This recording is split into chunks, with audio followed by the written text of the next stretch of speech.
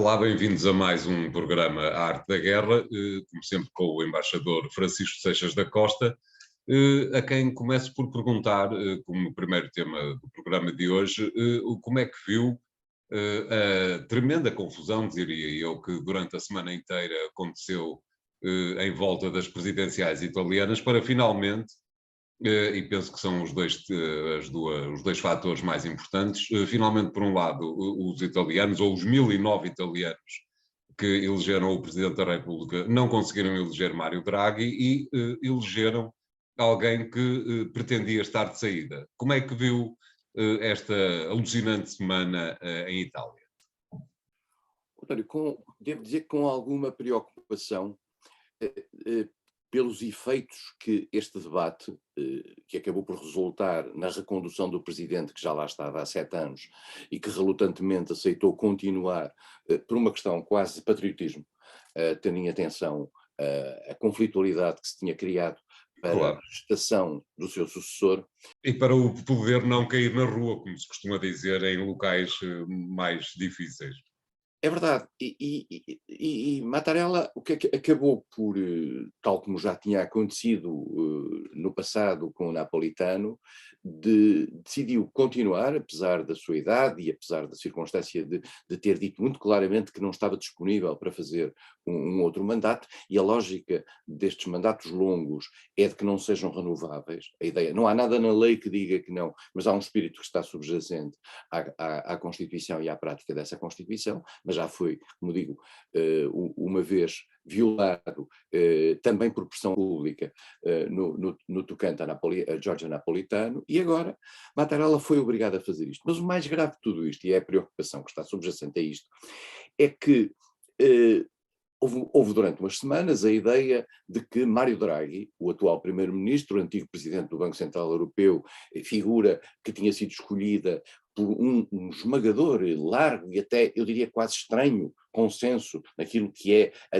sempre a borbulhante vida política italiana, alguém que tinha atrás de si todo um passado muito positivo, uma imagem europeia muito importante, que estaria a ser jogada, em primeiro lugar, para garantir que a Itália aparecia como recipiente de uma grande ajuda europeia que aí vem. A Itália é o maior recipiente da ajuda dos programas de assistência da União Europeia, e dava uma grande confiança, tendo em atenção que a confiança do exterior face à política italiana não é normalmente grande.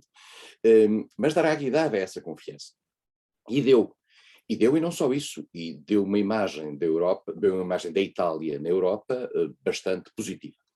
E, portanto, tudo parecia normal, até o momento em que se põe o problema dos mais 7 anos, e Draghi, com alguma, eu diria, com algum interesse, terá dito: eu gostava de acabar a minha carreira de Presidente da República.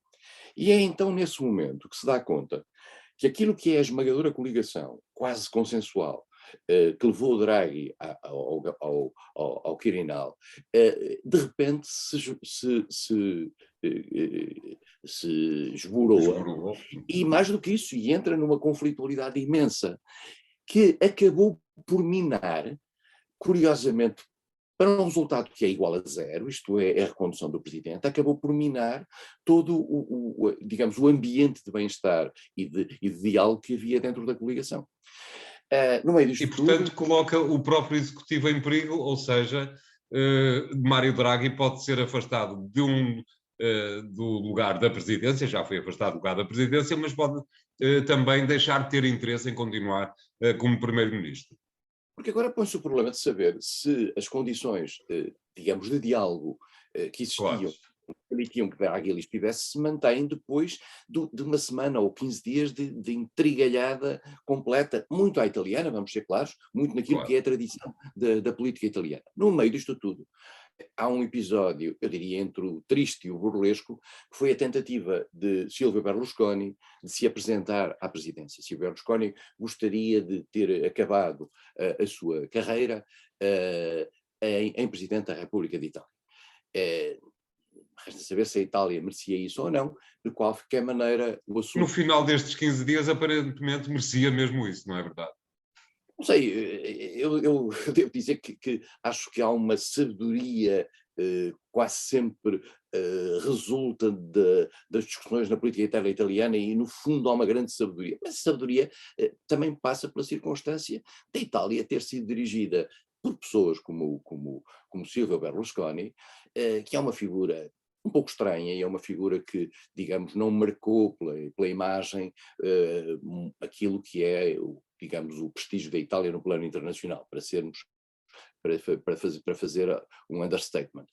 Mas Berlusconi aparentemente está doente, teve problemas de saúde e, portanto, isso não lhe permitiu concorrer. Se tivesse concorrido, seria mais um fator a agravar esta situação. Portanto, agora vamos esperar.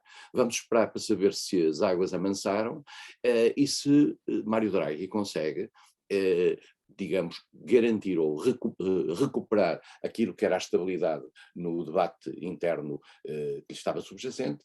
Mas nós sabemos hoje que na vida política italiana as coisas estão a mudar. Apareceu agora um partido anti-vacinas, esse partido anti-vacinas já tem 8% e retira esses votos dos partidos mais à direita. Portanto, há uma mudança grande e há, digamos, um recuo tático dos grandes partidos italianos, seja o Cinco Estrelas, que é o maior partido, seja o Partido Democrático, que era, enfim, que é, no fundo, é remanescente daquilo que era o próprio Partido Comunista no passado italiano. Depois há todas as formações de natureza centrista, etc., que estão ali mais ou menos calmas e digamos, estão federadas pelo prestígio da Draghi. Veremos se Draghi consegue prolongar esse prestígio. De alguma maneira, esse prestígio que está subjacente a Mário Draghi, conseguiu agregar em seu torno esse centro e esse centro-esquerda de que o embaixador fala, mas o certo é que entre o Partido Democrático e o Itália Viva de Mário Renzi parece ter, como acontece com alguma frequência, parece ter havido algum choque de ideias e talvez não seja fácil o centro e o centro-esquerda manter-se alinhado com o Mário Draghi. Provavelmente, eu diria que as ambições pessoais também não são de excluir em relação a isto. Nós temos figuras como o Renzi, como o Letta, como o Conte, mas também como Salvini, mais à direita e que tem estado sossegado, mas que, por exemplo, nestas eleições era favorável a que fosse uma mulher a Presidente de Itália. E, portanto, tudo isto acabou por criar, eu diria, para utilizar uma expressão shakespeariana, tanta coisa para nada. Quer dizer, no fundo, ao renovar-se o mandato de Mattarella, fica claro que foi um debate inútil. Mas também convém dizê-lo, Mattarella muito provavelmente não ficará até ao fim do seu mandato. Pois Ele claro. terá dito, a ideia é que, criadas as condições num determinado momento, ele sairá. Nesta fase, provavelmente, é o pior momento, tendo em atenção não só o plano de recuperação europeia, como também a situação da pandemia, que continua, apesar de tudo, ser, digamos, a grande questão que está a marcar o mandato de Draghi. Isto num tempo internacional de turbulência, como já falaremos, nomeadamente no plano europeu, em que a própria Itália tem aí um papel. Ainda há horas, a Itália monitorizava os barcos russos, os navios russos que passavam pelas suas costas e, portanto, tem um papel aí no quadro da NATO num momento de grande tensão. Nesta altura, uma ruptura de natureza governativa seria a pior notícia para a Itália. Dá a ideia que os países do Sul resolveram, na mesma altura, entrarem em crise política, a Itália com as presidenciais, noutros sítios, creio que em Portugal, com outras eleições. Acha que a pandemia, o combate à pandemia e a gestão parcimoniosa, espera-se, dos 200 mil milhões de euros da bazuca italiana serão suficientes para Mário Draghi se manter no lugar que ocupa como primeiro-ministro? António, o problema do dinheiro e das verbas extraordinárias, não vale a pena dizê-lo, que a Europa dedicou à pandemia e com que reforçou a posição dos vários países, é que essas verbas, o seu efeito prático naquilo que é a vida das pessoas, demorará o seu tempo a funcionar e a expressar-se. E, portanto, quer na Itália, quer em Portugal, quer noutros países. E, portanto, vai ser difícil. À partida dir-se-á, os governos que têm este instrumento, este cheque e esta capacidade agora de atuar vão ter até vantagens nesse aspecto, em termos da sua ação e do modo como os cidadãos podem ver essa sua ação. Mas isto são coisas a prazo, e nós, por exemplo, vimos que no caso, onde estava a falar do sul, na Grécia, por exemplo, nós estamos a assistir, por exemplo, a uma moção de censura colocada por Tsipras contra o governo de Mitsotakis. Portanto, as coisas não estão a mexer, porquê? Porque o ambiente marcado pela pandemia e a insatisfação social e as consequências de natureza prática na vida das pessoas continuam muito fortes, quer dizer, e portanto há países em que as coisas estão melhor, há países em que as coisas estão, mas a pandemia continua a ser o pano de fundo que marca a situação da generalidade dos países da Europa, e enfim, desde logo, começando em Downing Street e nos seus parties. Exatamente. Muito bem, vamos fazer aqui o primeiro intervalo. Voltamos já de seguida com o segundo tema do programa de hoje. Até lá, obrigado.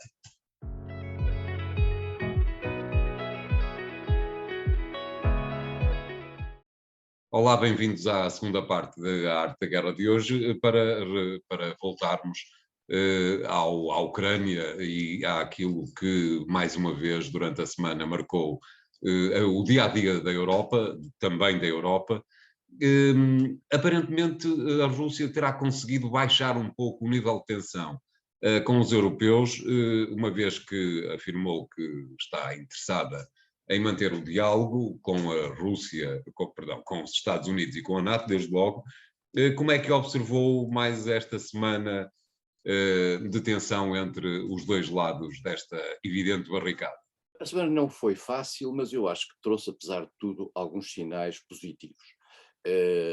Os Estados Unidos responderam à carta russa, em que a Rússia exigia, e este exigia entre aspas, uma declaração de natureza formal de que a Ucrânia nunca faria parte da NATO. A Rússia sabia à partida que esta exigência era incumprível, tendo em atenção aquilo que são os pressupostos da própria lógica da NATO e da política de portas abertas da NATO.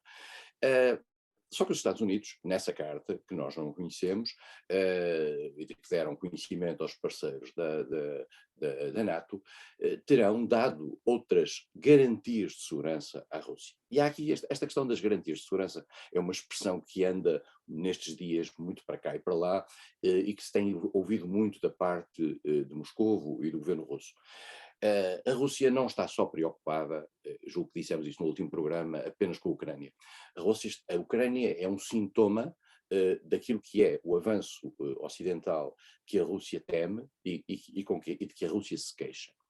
Os cientistas das relações internacionais costumam utilizar, normalmente, digamos, de certo modo, seguindo aquilo que é uma leitura ocidental, costumam utilizar a expressão de que a Rússia é um país revisionista. E é revisionista porquê? Porque a Rússia aparentemente não está satisfeita com os equilíbrios que saíram do final da Guerra Fria, da qual ela é sucessora da antiga União Soviética, e, em particular, não está satisfeita com o modo como o equilíbrio de poderes dentro da Europa, em matéria de segurança e defesa, se fez nessa sequência.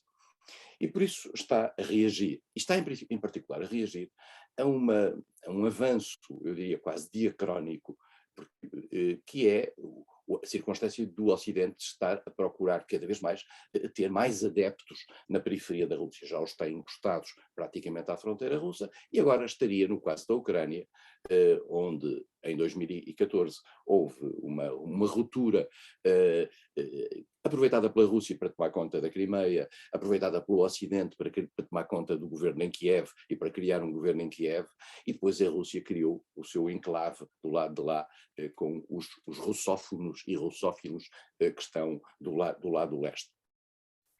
A Rússia teme claramente que a Ucrânia possa ser, vamos quase utilizar esta expressão, uma rampa de lançamento de mísseis contra Moscovo. E, portanto, é esse o grande problema.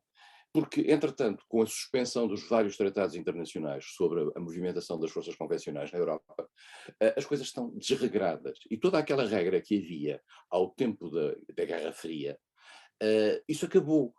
Só não acabou na parte nuclear. Na parte nuclear, os acordos bilaterais mantêm-se. É muito interessante, e não é por acaso que os Estados Unidos, que o Biden, quando vem à Europa, a primeira pessoa com quem fala é com Putin, imediatamente após os seus aliados. Portanto, os acordos nucleares são fundamentais entre as grandes potências. Mas depois, em relação às forças convencionais, em relação à verificação das fronteiras e à verificação das instalações através do Open Skies, etc., tudo isso desapareceu. E, portanto, Putin está a dizer, isto chegou a um ponto que tem que haver aqui uma espécie de reforço e renovar das garantias de segurança. Porquê? Porque há uma percepção de insegurança por parte da Rússia relativamente à movimentação ocidental, e o Ocidente considera que o aparecimento de, já não são 100 mil, são 130 mil soldados russos, ainda dentro do território da Rússia, vamos ser claros, mas na fronteira com a Ucrânia, embora seja a fronteira, precisamente, em grande parte aquela fronteira em que do lado ucraniano estão os pró-russos, significa uma ameaça à integridade territorial e à soberania da própria Ucrânia. E, portanto, os Estados Unidos e os seus aliados ocidentais, nomeadamente no quadro da NATO, mandam sinais à Rússia. A NATO, que, como diria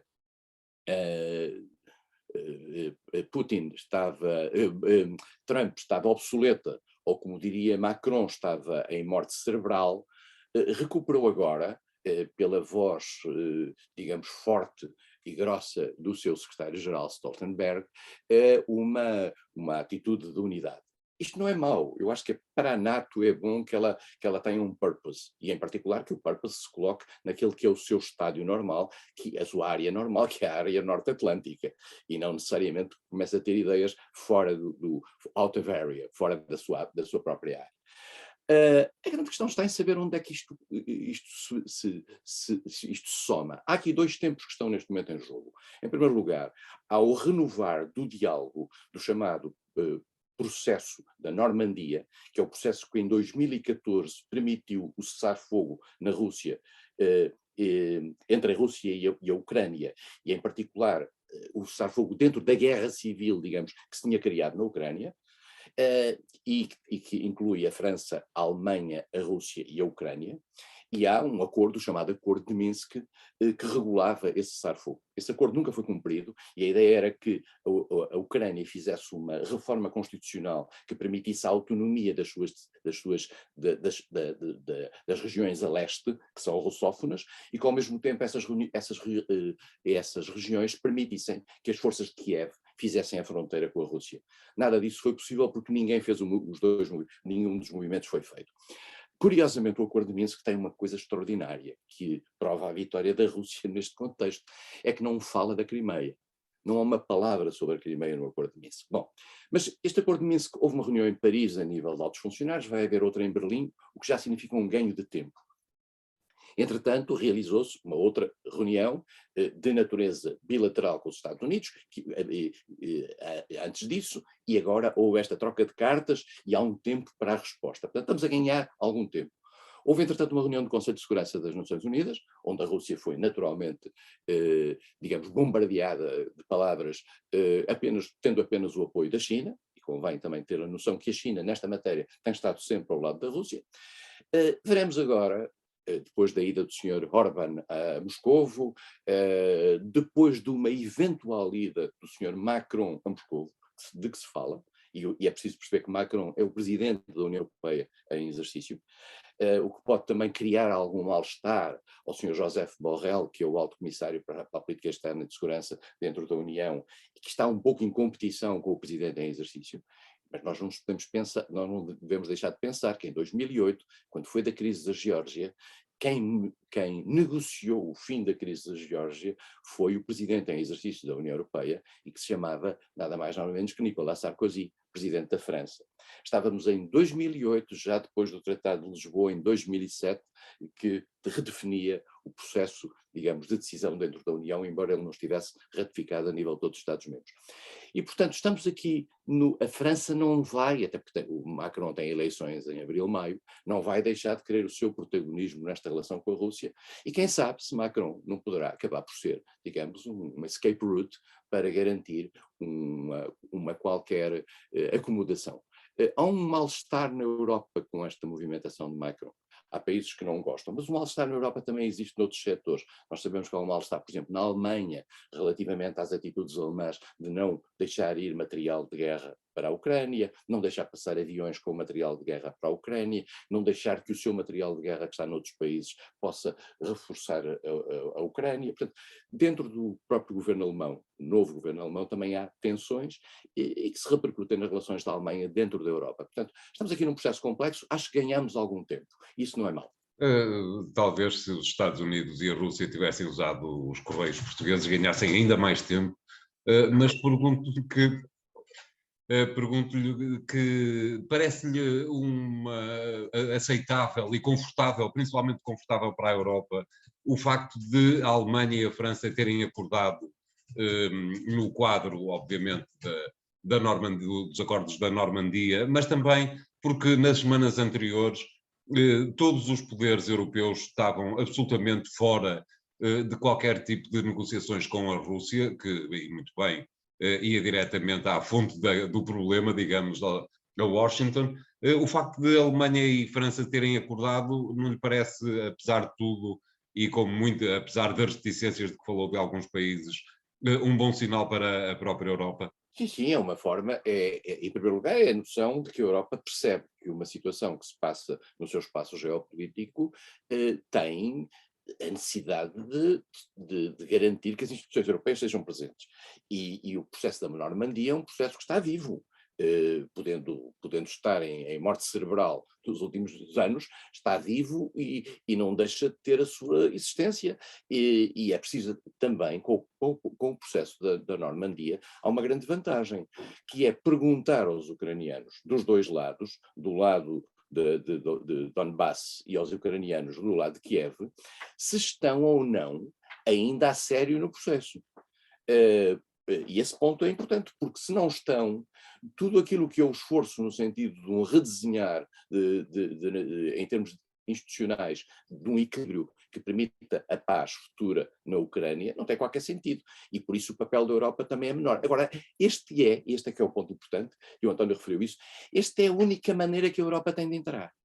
É através de algo em que ela tem um papel institucional que lhe foi reconhecido já no passado. Portanto, é isto.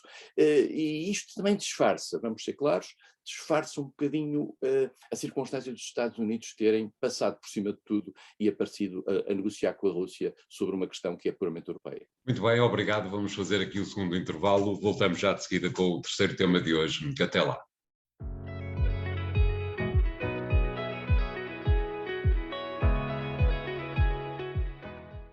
Bem-vindos à terceira parte da Arte da Guerra, desta vez para irmos falar um pouco sobre um tema que nunca foi abordado no programa. Eu era capaz, no início, de apostar que ele nunca seria abordado, obviamente, e rei, era óbvio.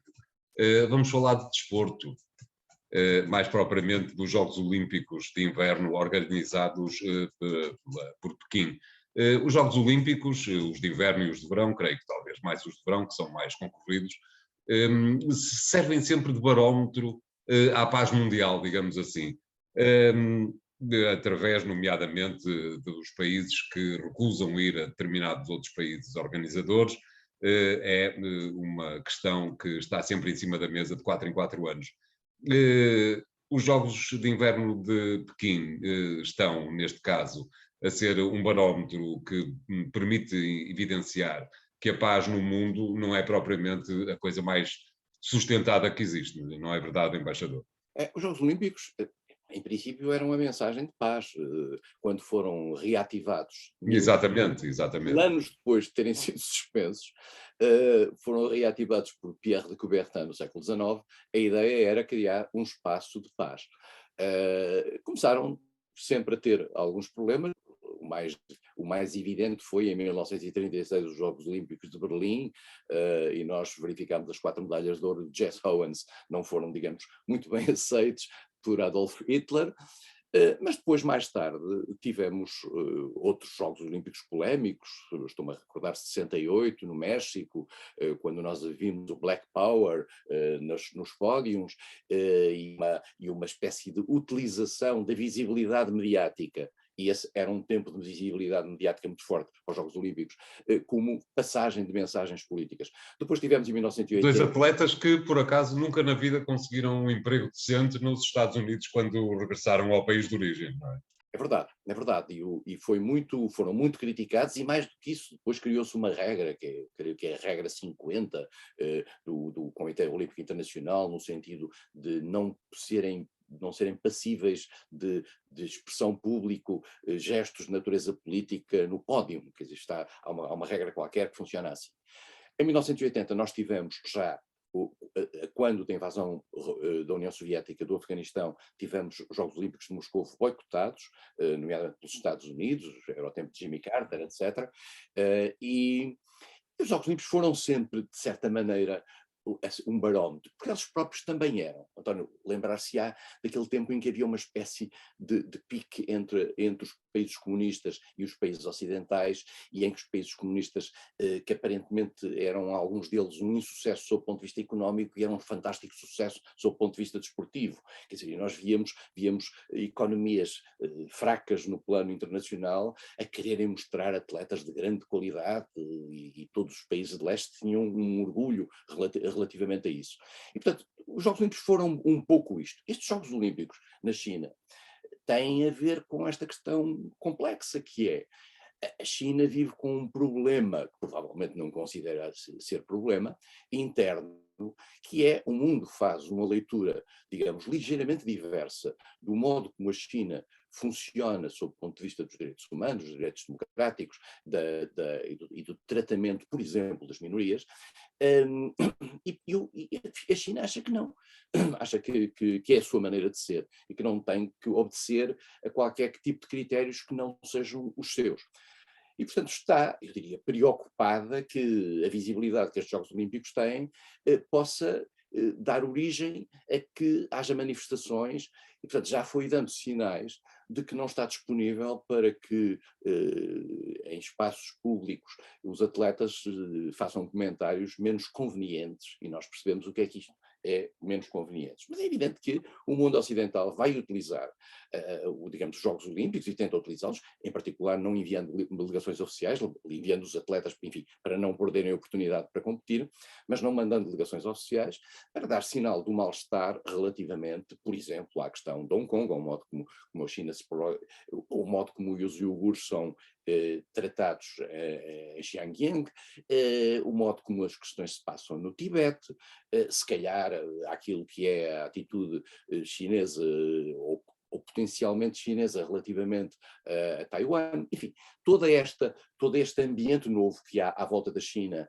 e que mudou muito, se o António se lembrar daqui de há 4 ou 5 anos para cá, em que havia, digamos, uma certa benevolência, eu quase diria, e boa vontade face à China, tudo isto está numa situação mais tensa, e vamos ser claros, o comportamento chinês em matéria da sua vida política interna, no tratamento das minorias, no tratamento dos prisioneiros políticos, no controlo quase orwelliano das coisas, naturalmente que cria, para quem não tem essa leitura do mundo, uma necessidade de dizer qualquer coisa. Os chineses acham que estão no lugar certo, os ocidentais acham que a sua leitura é que é verdadeira. E, portanto, estamos aqui num momento de verdade. E, portanto, a China está muito preocupada com estes dias. Eu diria que está morta que os Jogos Olímpicos acabem, para deixar de que essa operação, que é normalmente uma operação de prestígio organizacional, como já foram os Jogos Olímpicos de verão, seja, digamos, não funcione como algo detrimental para a sua própria imagem no plano mundial.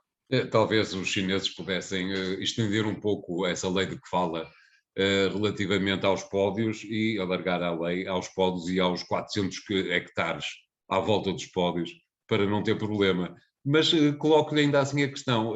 Há alguns analistas que dizem que é exatamente o facto de a China estar a organizar os Jogos Olímpicos de Inverno que está, de algum modo, a segurar a entrada dos exércitos russos na Ucrânia. Parece-lhe uma teoria aceitável? Há umas análises dos think tanks internacionais relativamente à capacidade russa de intervenção na Ucrânia, e há uma tese de que a Rússia entrará na Ucrânia apenas em meados de fevereiro, essa é a ideia, mas também há uma leitura dos especialistas dizendo que a Rússia tem mecanismos em matéria de artilharia e de infantaria capazes de atuar em qualquer altura do ano. Isto é, aquelas tradicionais histórias que nós ouvíamos da Segunda Guerra Mundial, já hoje não se passam com os novos medicamentos, com os novos equipamentos que têm. Há uma solidariedade entre a Rússia e os Estados Unidos, e a Rússia e a China neste quadro. E essa solidariedade não é tanto relativamente à questão da Ucrânia, que não deve preocupar demasiado Pequim, mas é quanto ao modo como atuar perante Washington e perante o mundo ocidental. E, portanto, a China percebe que todo o espaço que o mundo ocidental ganhar em termos de abafar um pouco a ação da Rússia, funciona em seu detrimento. Portanto, o Ocidente tem duas frentes abertas. Tem a frente, e nós estamos a falar agora da Rússia de há um mês para cá, mas há 2 meses nós praticamente não falávamos da Rússia, só falávamos da China. Portanto, a China era a frente número 1 que os Estados Unidos tinham. Agora abre-se uma nova frente, que é a frente da Rússia. Também há quem diga, mas essas são as leituras perversas, de que Biden, na sua fraqueza, precisa ter guerras, e que os presidentes americanos, quanto mais fracos são, mais Mais belicistas guerreiros, exato. procuram mostrar-se. Eu devo confessar que, no caso britânico, e no caso das movimentações do Sr. Boris Johnson, que vai a Kiev, logo imediatamente a seguir ter saído dos parties nos quais foi criticado no relatório sobre o tempo do Covid, nota-se que Boris Johnson está a tentar sempre aquilo que normalmente fazia a glória dos países latino-americanos, que é uma conflitualidade externa. As conflitualidades externas são momentos magníficos para garantir unidade interna. E, portanto, o Johnson está a mostrar um aspecto de patriotismo ocidental, a ser mais papista do que o Papa e a ficar ao lado dos Estados Unidos como ninguém, para ganhar. Claramente aqui é óbvio uma certa imagem de líder internacional, uma espécie de Churchill em genérico. E em loiro. Faço-lhe uma última questão muito rápida. Parece-lhe que Joe Biden vai conseguir fazer aquilo que há 50 anos ninguém consegue, que é alinhar a Rússia e a China num mesmo quadro estratégico, diplomático, geopolítico? Eu acho que há fortes possibilidades de Biden, que é um homem que sabe de política internacional e que sabe o que diz e o que faz. Convém dizê-lo, é talvez dos dirigentes americanos o mais bem preparado desde o pai Bush. Houve outros que tiveram, digamos, algum gênio pontual enfim, houve momentos de forte liderança americana nesse aspecto. Mas, em termos de preparação, Biden é muito bem preparado e sabe do que é que está a falar, e não tem comparação o diálogo de Biden com Putin do diálogo de Trump com Putin. E, portanto, Biden sabe do que está a falar, tem uma boa equipa, a equipa de Anthony Blinken e Jack Sullivan é uma excelente equipa, não são vedetas no plano das relações externas internacionais, mas são aquilo que os ingleses chamam a safe pair of hands, são 2 safe pair of hands, são pessoas muito capazes e muito conhecedoras, e que mais do que isso, trabalham com o State Department e com o Ministério da Defesa de forma muito profissional. Isso tem-se visto. Agora, provavelmente, ao abrir estas duas frentes e ao colocá-las simultaneamente no terreno, está com certeza a ajudar que Rússia e China, enfim, criem o seu caminho comum, sabendo nós que no passado esse caminho foi sempre muito tortuoso, mas vale a pena dizê-lo.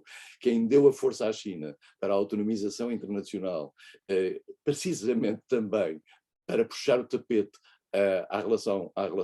à conflitualidade com a Rússia, foram os americanos no tempo de Kissinger e de Nixon, Exatamente. ao darem lugar no Conselho de Segurança à China de Pequim, em detrimento da China de Taipei, que os americanos se comprometeram de qualquer maneira a proteger e estão a proteger, tentando evitar que Taiwan seja atacado. Uma bela viagem em 1970 do Kissinger e do Nixon. Kissinger mais do que uma vez, aliás, para Pequim. Antecedido de ping-pong. Antecedido um jogo de ping-pong que, no fundo, abriu psicologicamente as portas a essa relação americano-chinesa. Exatamente. Muito bem, muito obrigado. O programa Arte da Guerra fica hoje por aqui. Na próxima semana voltaremos com 3 novos temas. E até lá. Obrigado.